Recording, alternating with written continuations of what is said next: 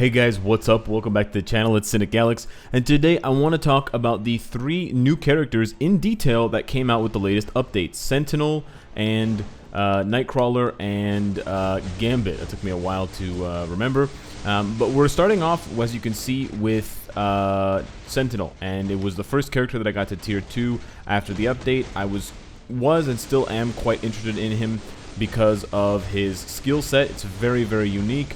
And his damage, while it's not outstanding, this is a stage 10 Thanos clear, or we're not going to try to clear it, but we're just going to fight him out so we can discuss his skills and some of his pros and some of his cons. It's just really fun to play. Seems like a really fun character to play as, and although there are multiple ways to build him, I think he may not end up appealing to some people because the kind of optimal way to build him is a bit unusual, or it's kind of against the norm for what we're used to, and that would in this case be defensive.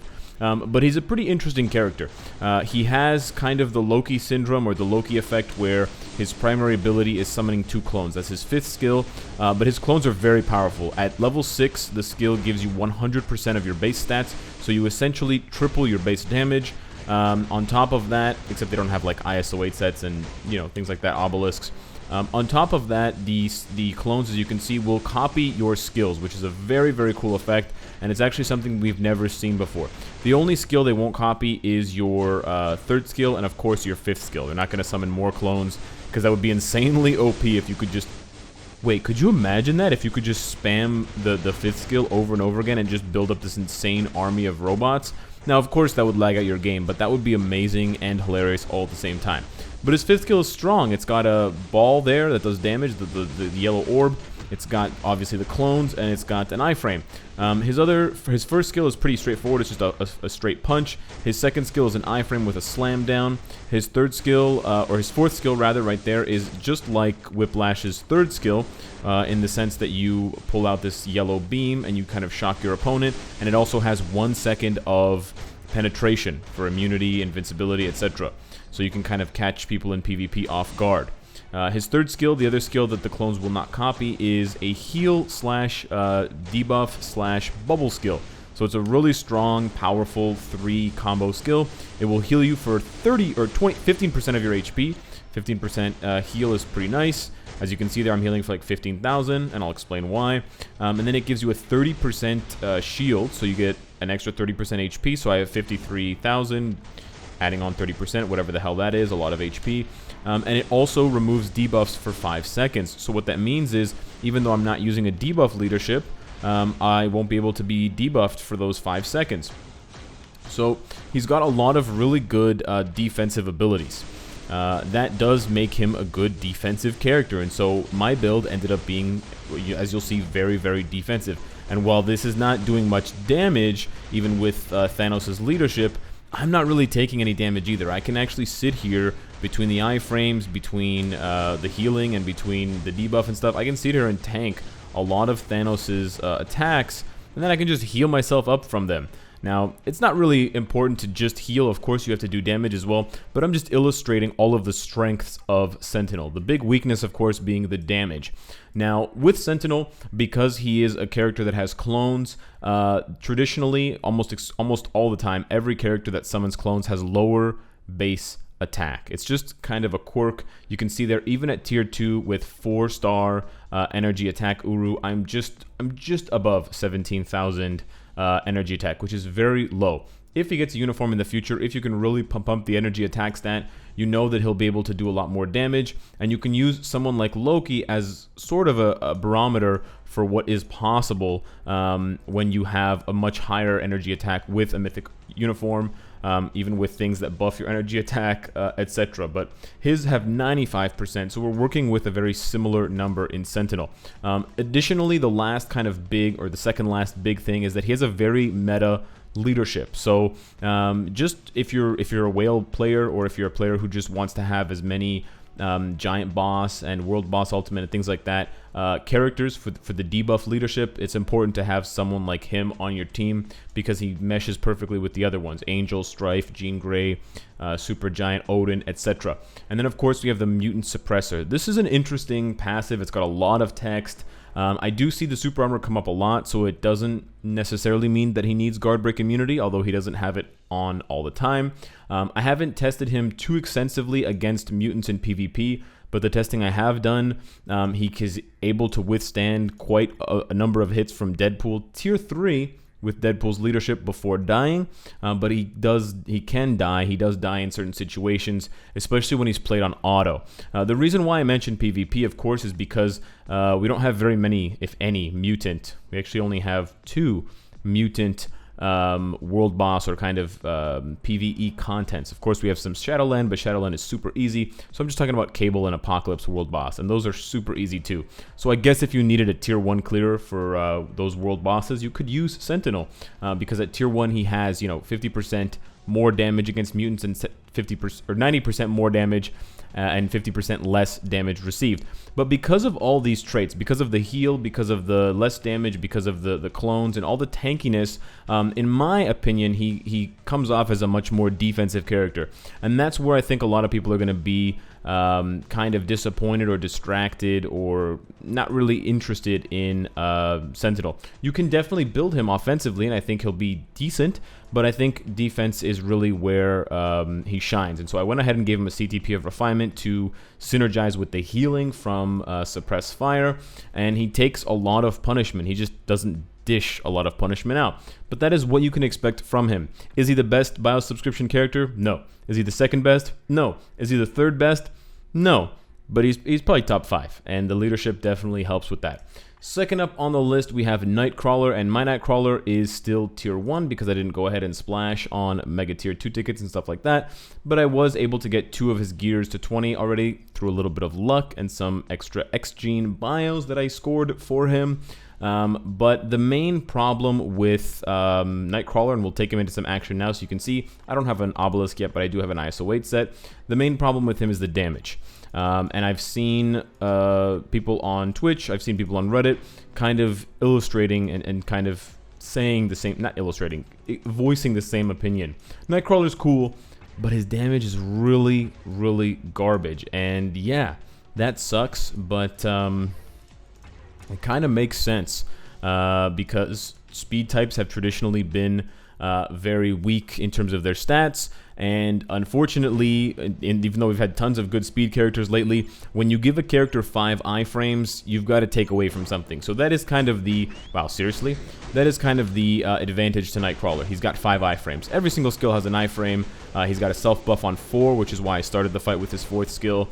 And some of his iframes are super long. His 5th skill has a really long cooldown. You can see there it's about 9 seconds, even with 50% skill cooldown.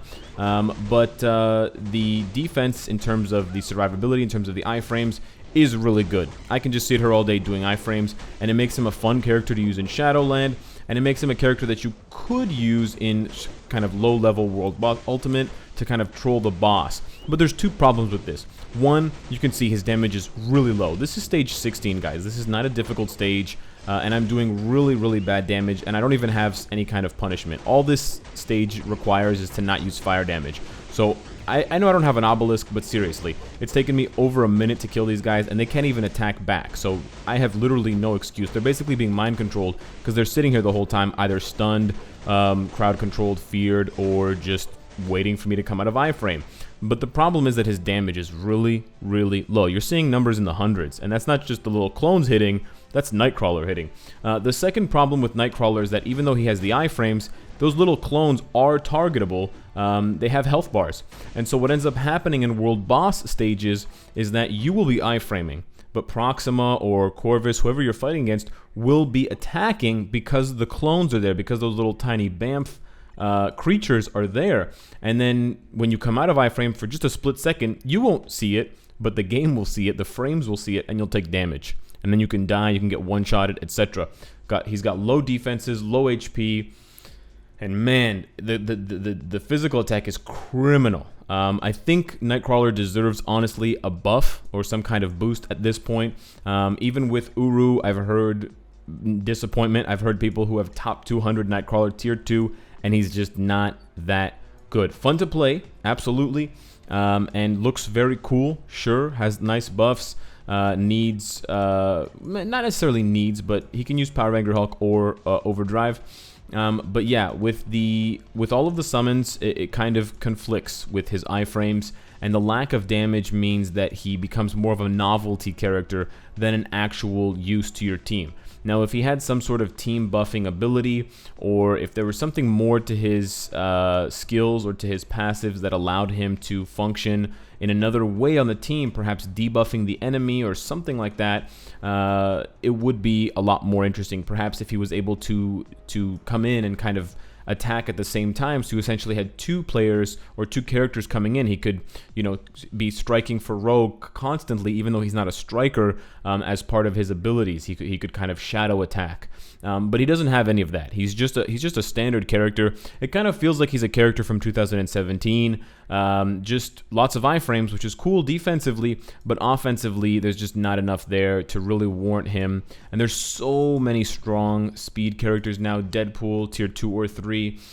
Quicksilver, Archangel, I mean, he got his uniform, he's even stronger now. Black Widow is good. Winter Soldier is basically a god. Spider-Man's amazing. Phantom X is pretty good. X-23 got her uniform. We still, of course, have Luna Snow. She's amazing. Shuri is great. Spider-Man 2099. All of these characters completely outclass Nightcrawler in almost every way. So I do kind of feel bad for the German. I think he deserves a little bit more. He definitely needs a uniform. He definitely needs a buff. And I would say invest in him if you are a big fan, but don't expect the world of him.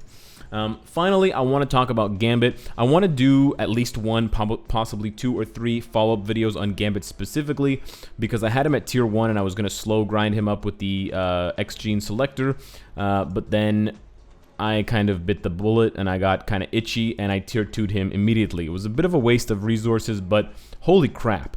The best way to explain Gambit is lots of damage, 0 HP and defenses. He is the textbook definition of a glass cannon, and I can't actually show you because I already beat World Boss. I actually beat stage 29 of Call Obsidian with Gambit, so if you missed that and you want to see it again, you got to hit up Twitch.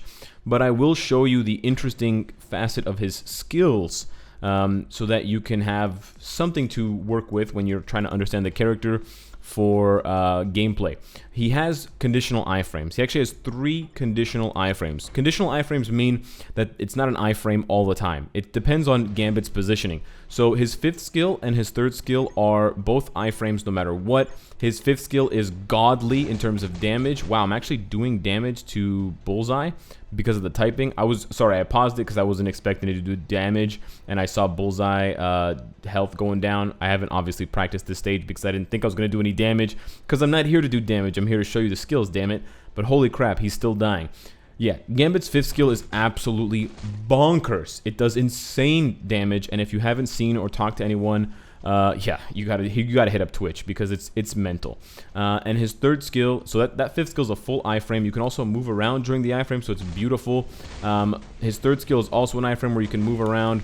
But here's the 5th skill, moving around, so cool. And then the 3rd skill again. But the real interesting part for Gambit, don't die baby, comes from the 4th skill, the 2nd skill, and the 1st skill. You can see there's an iframe at the beginning of the 4th skill. When he's moving in to do his 1st skill, when he's moving in, when he's closing the gap between the enemy and himself on his 4th skill, 2nd skill, or 1st skill, it will be an iframe. But it's only an iframe until he gets to the enemy. So they add an additional animation. If you're right up against the enemy and you do the 4th skill, he just starts spinning around and throwing cards. And I'll show you what I mean here when I get really close to Malekith. 4th skill, never mind, I'm going to die. 4th skill, he just dances around the pole and throws cards. Now, if I'm far away, he'll do something else entirely. He'll actually jump up, slam down, and then do that. So there's additional animations that get added to both his 4th and 2nd skill. In the 2nd skill, he throws cards first and then starts in with the shield or the swing there. And then his 1st skill also has a running animation that is an iframe. But it makes the character both extremely fun and extremely difficult to play, because you essentially only have 2 skills that you can rely on. His 5th skill, which is his nuke skill, to do all the damage, and then his 3rd skill, which will basically be his skill to get the hell out of there and iframe your way away, waiting for the 5th skill to come off cooldown. That's basically the whole strategy. But then you can use the fourth skill and the second skill in terms of positioning to dodge incoming attacks if you can see an enemy's coming towards you, and you can time your skill properly in order to take advantage of that jumping in iframe. But then of course, as soon as you land, you have to cancel it into 3 or 5 or you're dead, because he literally cannot take any damage. He is softer than ice cream. It's insane. But I've built him up quite well to show off and to showcase his damage. 4 and 5 star Uru, stacking all the crit rate possible, because his crit damage is basically capped right away because of his passive. And I slapped on a low crit CTP of energy because of the chain hit damage. He has chain hit damage on Royal Flush. He has chain hit damage on Straight Flush. No, he doesn't have chain hit damage on there. But anyways, he's got a lot of hits, so it's basically the perfect skill for chain hit damage. And he is just a monster offensively. Now, that being said, I've said a lot of good things about Gambit. Do I think that he is a must-buy from the X-Gene subscription? No, because he's still just a character to play in these game modes, but he's not going to dominate. He's not going to even dominate in the way that some of these other Blast characters are going to. He's not going to be as good as Scarlet Witch. He's not going to be as good as, you know, some of these other Blast characters. Possibly not even, definitely not as good as Cable or Strife. Maybe not as good as Magneto level 70, because he dies so easily. While his damage is very good, the fact that he can only really do one skill that does damage, his 5th skill, means that his damage does not scale as well as other characters' damages, because it's not consistent. And if you get interrupted, or if your 5th skill misses the proc, it really starts to drop off. So with that being said, I do want to say it's a lot of fun to play as Cable, to play as Gambit, and I will do follow-up videos to really illustrate that point.